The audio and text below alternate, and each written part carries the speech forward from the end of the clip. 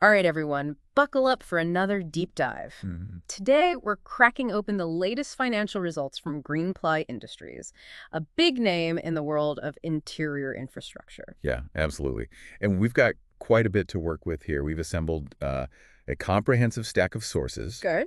There's Greenply's Q1 FY26 unaudited financial results presentation for analysts, their official stock exchange filings, and also the company's press release summarizing the highlights. Okay, perfect. So, our aim is simple. We're going to strip away the complex numbers, the financial jargon, Right. and give you the absolute core insights into Greenply's recent performance. Mhm. This is for the quarter that ended June 30, 2025. Yep. You'll walk away understanding exactly what's driving their results, maybe the hurdles they faced, and what their future looks like, all without getting bogged down in the weeds. Sounds good. Yeah. Primarily focus on the consolidated figures first, then we can sort of dissect their distinct business segments, plywood and MDF. And we'll also touch upon their strategic initiatives, including that relatively new furniture hardware joint venture they have. Right, Greenply Summit. Okay, so let's dive straight into the big picture then. Greenply's Q1 results. It seems like a fascinating mix of maybe resilience and challenge. That's a good way to put it. The top line revenue hit our 601 crores now. That's a modest jump from this time last year, but interestingly, a dip compared to the previous quarter. Exactly. So right off the bat, we're seeing some conflicting signals here. What's the single most important takeaway from these high-level consolidated numbers? I think the key insight from the consolidated numbers is that Greenply managed to improve its operational efficiency, despite that slight revenue pullback from the previous quarter. Okay. Their core EBITDA, which is, essentially a measure of their operational profitability before taxes and other non-operating items. Right, the core operations. Exactly. That's at RSS 62 crores, which is a solid 6.4% growth compared to last year. Okay, that's a good sign for their core operations then. What about their actual profit margins? Yeah, their core EBITDA percentage, their margin, it improved to 10.3%. Yeah. That's up 40 basis points or, zero point 0.4 percentage points from this time last year. So it shows they're becoming more efficient. Right. Profit before tax, or PDT, also saw a healthy increase, up nearly 6% year over year. Okay, but I'm looking at the profit after tax, the PAT number, Oh, yes. and that shows a decrease year over year, which seems to kind of contradict the other positive trends. What's going on there? That's a crucial observation, yeah. Yeah. And it highlights why we need to look beyond just a headline number. Okay. The Q1 FY25 PAT, so last year's number, included a one-time income tax refund and interest. Ah, okay. How much was that? It is about Rs 11.9 crores. So if you exclude that non-recurring boost from last year, Right. their PAT actually shows a much healthier picture this year, especially with a substantial 71.4% increase compared to the previous quarter, Q4. Got it. That makes sense. And on top of that, other income saw a significant jump, almost 130% from last year, and there was an additional exceptional gain of Rs 4 crores this quarter. An exceptional game. That sounds interesting. Can you elaborate on what contributed to that? Absolutely. The Rs 4 crores exceptional gain came from the sale of a 30% stake in Greenply Middle East Limited, or GML. Okay, GML. Yeah, this transaction was finalized in June 2025, and as a result, GML is no longer an associate of Greenply. It's a one-off item, but it definitely contributed positively to the quarter's results. Okay, understood. So beyond these top-line figures, what does their overall financial health look like? Specifically, let's talk about debt and their working capital situation. So their debt position has seen some movement. Total gross debt increased to Rs 543 crores by June 2025. 543 crores. Yeah, that's up by about Rs 54 crores from the previous quarter, March 25, and Rs 97 crores from a year ago. Net debt saw a similar rise. And what about their net debt to equity ratio? Is that trending in like a concerning direction? Well, the net debt to equity ratio did slightly increase to 0.64 times. 0.64. Yeah, up from 0.57 times in March 2025. It's a modest increase, but definitely something to keep an eye on. Sure. What's perhaps more noteworthy is the significant increase in working capital days. That jumped to 58 days in June 2025, from 44 days in March. 58 days. Wow. So for those less familiar, what does that jump in working capital days really signal about their operational efficiency or maybe the cash flow? Yeah, it's a critical metric. When working capital days increase, it basically means they're taking longer to convert their inventory and receivables into cash. Okay. Think of it as cash getting tied up in the business for a longer period. which can, impact liquidity and potentially growth. Right. It's definitely a point to monitor. It suggests their operational efficiency in managing cash flow face some headwinds this quarter. Okay. We've got the overall picture now. Let's break down where that growth and maybe those challenges are really coming from. Greenply operates in two distinct worlds, right? Their traditional plywood business Yeah. and the burgeoning MDF segment. Which one is driving the ship and which is facing headwinds this quarter? Let's start with plywood. Okay. The plywood business, and this includes both Greenply standalone and its subsidiaries, it definitely faced a tougher quarter. How so? Well, sales volume decreased by 3.1% compared to last year. It hit 17.1 million square meters, or MSM. 17.1 MSM. Just to give a sense of scale, how much plywood is that roughly? Oh, that's roughly enough plywood to cover almost 3,200 football fields. Okay, quite a lot. Yeah, so it's a noticeable contraction in demand. And it was an even sharper decline, 13.3% compared to the previous quarter, Q4. But I see a note here about realization. Yes, exactly. Despite this volume dip, they actually saw a realization, which is their average selling price improved by over 4% year over year, RS 255 per MSM. Okay, so they managed to get better prices, but sold less volume. How did that translate to their revenue and profitability for the plywood segment? Right, so plywood revenue saw only a slight uptick, 0.4% from last year. Barely move. Barely move year on year, exactly, but an 11.6% drop from the prior quarter. Their core EBITDA for this segment also declined significantly, quarter over quarter, about 24%. Ouch. Yeah. And their core EBITDA margin for plywood slipped to 7.9%. Profit after tax for this segment, even if you exclude that prior year tax refund we talked about, Right. was down both year over year by about 2.7% and down quite sharply, 43% quarter over quarter. So what's the core reason for this underperformance in their traditional plywood segment? Was it a surprise to the management? It seems it wasn't entirely unexpected. The management commentary clearly stated, and I'm quoting here, Okay. the growth in the plywood business for the first quarter was not as per our expectations as we continue to face demand and liquidity challenges. Okay. So demand and liquidity, explicitly mentioned. Explicitly mentioned for plywood, yes. It directly links the volume degrowth and the impact on profitability to specific market conditions they encountered. But there's a note of optimism here for the future, isn't there? Do they foresee a turnaround anytime soon? Absolutely. The management did express confidence for the later part of the year. They mentioned seeing, quote, a decent recovery starting July, supported by easing monetary policy. Okay, so policy helping. Yeah, and they also anticipate favorable industry tailwinds, such as BIS implementation and softening in timber prices. So they expect some macroeconomic factors and industry specifics to start working in their favor. Got it. Let's talk operations for a moment within plywood. Greenply is both a manufacturer and a trader.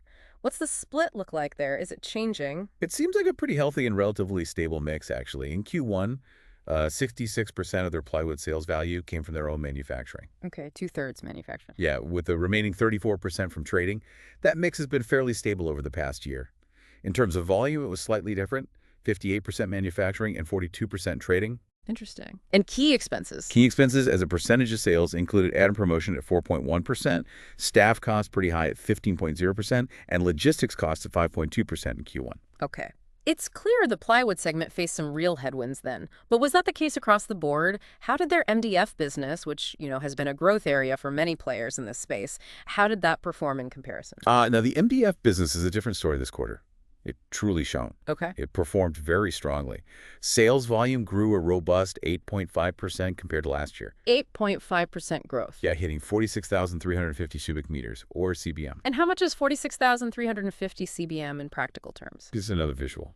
Okay, think of it as enough material to construct furniture for over 23,000 average-sized living rooms. Wow, okay. Significant volume. Definitely. And what's even better, that growth also held strong quarter over quarter, up 8.6%. Nice. And unlike plywood, their realization, their selling price per unit, also increased. It was up over 3% from last year, while remaining stable from the prior quarter. About Rs 31,763 per CBM. Okay, so they sold more and at better prices, essentially. How did that impact their MDF revenue and profitability? It translated to some really impressive growth. MDF revenue was up almost 12% year over year, reaching Rs 147.22 crores. 147 crores. Yeah. And more importantly, their profitability skyrocketed. Yeah. Core EBITDA for MDF was up over 16% year over year. Okay. and a significant 26% quarter-over-quarter.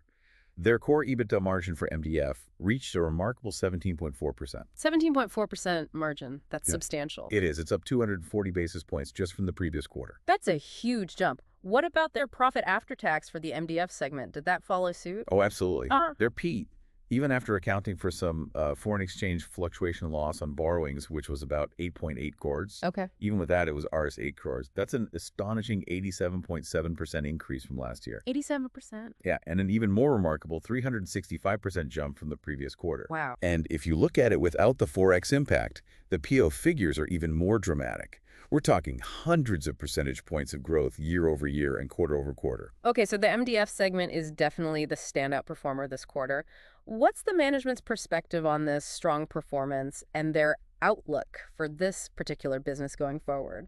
Management explicitly confirmed their confidence. They expect to meet their guidance for the full year, FY26, Which was? which was, quote, double-digit volume and 16+% margin guidance. Okay, and Q1 supports that. Exactly. It aligns perfectly with their strong Q1 margins hitting 17.4% and that 8.5% volume growth year over year. Makes sense. And the revenue split within MDF? The majority, about Rs 120.6 crores, comes from MDF boards, with the rest Rs 26.6 crores from prelam boards in Q1. Got it. Okay, shifting gears a bit now. Greenply has that relatively new joint venture in furniture hardware with a company called Summit, right? That's right, Greenply Summit. What's the latest on this new strategic venture? Still early days. Very much still in its nascent stages, as you'd expect for a new venture like this, but it's showing signs of progress. Okay. For Q1, its total revenue on a 100% basis was Rs 6.5 crores. 6.5 crores. Okay. Yeah, and as is pretty common for new ventures starting up, it recorded a payday loss of Rs 5.4 crores. Greenply's share of that loss is 50%. Right. And their investment so far. Greenply Industries has invested Rs 80 crores in this venture to date. 80 crores. Are there any interesting milestones or future expectations for this JV that suggest it's, on the right track despite the initial loss? Yes, actually there are a couple of promising signs. A significant milestone was the initiation of their very first export order in June 2025. Oh, interesting. How much was that? That brought in Rs 1.02 crores. And they're actually quite ambitious about exports. They're expecting total export business of Rs 18 crores for the full financial year, FY26. 18 crores in exports for the year. Okay, that's quite a target. It is. And they also significantly expanded their distribution network on the domestic side. They appointed 110 new dealers just in Q1, Wow. bringing their total active dealers now to 225. Management seems positive, saying they are confident that our furniture fittings joint venture will deliver an encouraging revenue number in the upcoming year. Good to hear. And what kind of products are they offering? The JV offers a range of functional hardware, things like side-mount slides, undermount slides for drawers, hinge systems for cabinets, and lift-up door systems. Okay, standard fittings. Got it. Let's zoom out now to the broader corporate landscape. What truly defines Greenply Industries as a company, beyond just the Q1 numbers? What are their key strategic directions? Well, Greenply positions itself as one of the largest interior infrastructure brands in India. They have, over 35 years of experience. Right, long history. Yeah, they're publicly listed, market cap around Rs 4,900 crores. Their core products, as we've discussed, span plywood and allied categories, face veneer, and of course, MDF. And they have that innovation aspect too, right? Absolutely. They are particularly notable for innovation. They actually pioneered India's first E0, that's zero-emission plywood range, back in FY22. That E0 innovation sounds important. What's the real significance of that for consumers or, for the market? Oh, it's huge. Their E0 plywood means essentially zero formaldehyde emissions. Right. This directly addresses indoor air quality concerns, which is a major health and wellness issue, especially in homes and offices. Definitely. In a country where people spend so much time indoors, this isn't just like a marketing gimmick. It's a significant health and environmental advantage for consumers. It really sets Greenply apart in the market and shows a strong commitment to public well-being, I think. Yeah, that's a powerful differentiator. What about their broader strengths, like their network and operational footprint? Financially, they hold strong ratings. Okay. The A for long-term debt and A1 plus for short-term facilities from Care in India ratings. Solid ratings. Very solid.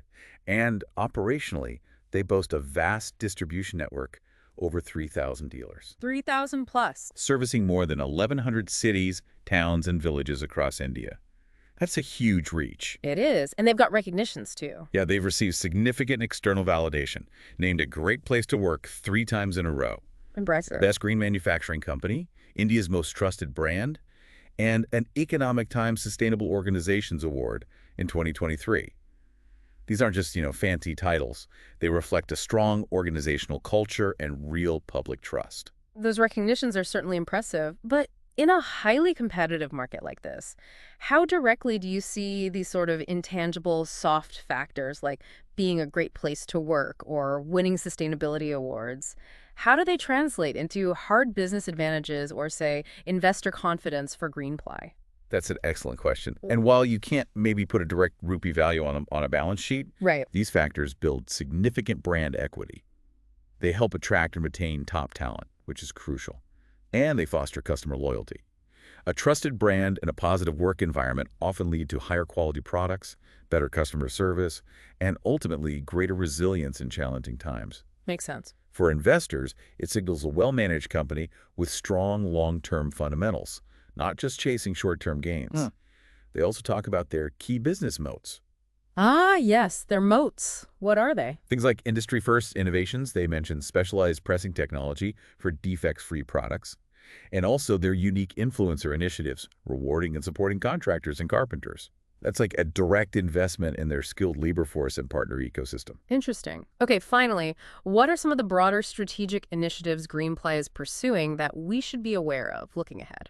Their strategic roadmap seems quite comprehensive. It includes a strong focus on employee engagement, continued automation, and digitization of their operation, expanding their manufacturing base to new, diversified locations, and constantly introducing innovative and futuristic products, like the E0. Right. They're also deeply committed to ESG, environmental, social, and governance principles, which ties back perfectly to that E0 plywood and the sustainability awards. Okay. And marketing. Yeah, on the marketing front, they run extensive digital and PR awareness campaigns. Mentioned Hindustan Kishan Season 2. Right, I saw that. Apparently, it reached over 2.1 million people and brought in 60,000 new contractors to their network. Plus, they focus heavily on in-shop visibility and direct dealer engagement activities. You know, what really jumps out at me from all this is how Greenply seems to be playing a long game here. What do you mean? Well, despite the immediate bumps in the road for plywood, their strategic pivot, or maybe diversification, towards MDF and this new hardware JV, Right. combined with that consistent focus on zero-emission products, it really points to a very deliberate long-term vision, doesn't it? What's your take on this calculated sort of forward-looking strategy?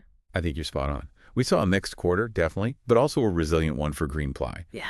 While the core plywood business faced those demand and liquidity headwinds we discussed, the robust performance of the MDF segment largely compensated for it. It really drove significant growth in revenue and margins for that part of the business. Clearly. And their strategic investments, like the furniture hardware JV, they're taking those initial steps, laying groundwork for future diversification.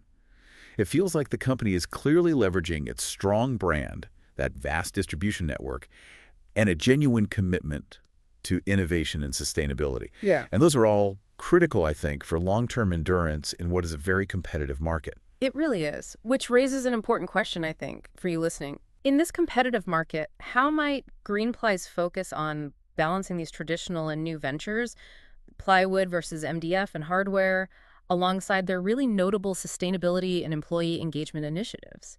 How might all that position them not just for immediate financial growth, but maybe for enduring market leadership and resilience against future economic shifts? Yeah, that's a key question, This isn't is it? something for you to ponder until our next deep dive.